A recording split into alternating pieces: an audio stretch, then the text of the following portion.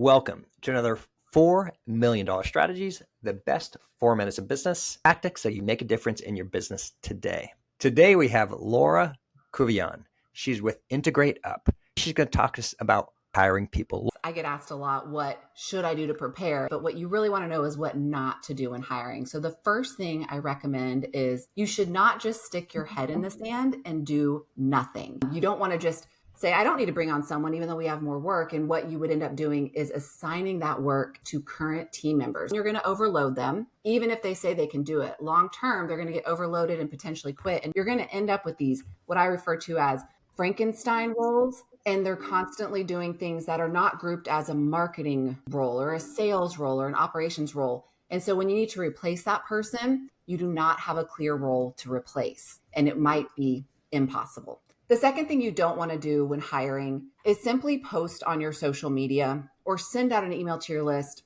Hey, everybody, we're hiring a salesperson, or we're growing and hiring a marketing person. You're going to be absolutely inundated with a bunch of people that say, yeah, I can do that, because you're finding your fanboys and your fangirls that want to work with you and be closer to you. And you'll wake up 6 months from now and realize you burned a lot of cash, you wasted a lot of time, and you brought someone on board that's not fully qualified to do what you need them to do. The third thing you do not want to do when hiring someone is reaching out to your friends, colleagues that own businesses like yourself and say, hey, who have you brought onto your team? This often happens at a mastermind or when you're with a group of them and someone talks about this role they added to their team and it absolutely revolutionized their business.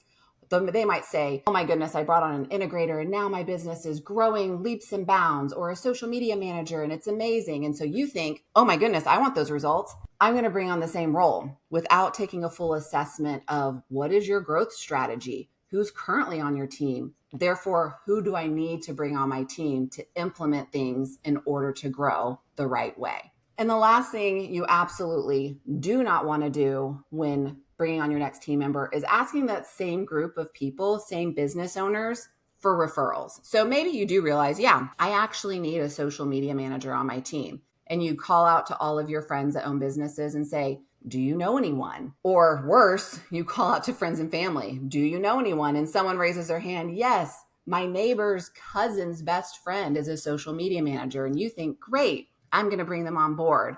And again, you wake up 6 months from now and this person may not have the exact skill set you need. They're lacking in areas. Or even more tragically, they made a negative impact on your culture because they actually do not fit into the team. And now you have chaos in your team environment that you have to go and clean up. So you want to avoid all four of those things, but what you really want to do when hiring someone, not even just talking about planning or preparing, you want to fully vet someone. That requires steps to take, applications, have them do a test project, skills assessment, and interview them. Have another person interview them, because if you bring on that wrong person, you will waste your time and you will waste your money. This is a unsponsored statement of Laura. You've done a great job. We actually have used you and your team, and you've helped us get help, and it's been long-term help, like meaning it was intended for temporary. You helped bring us a great person.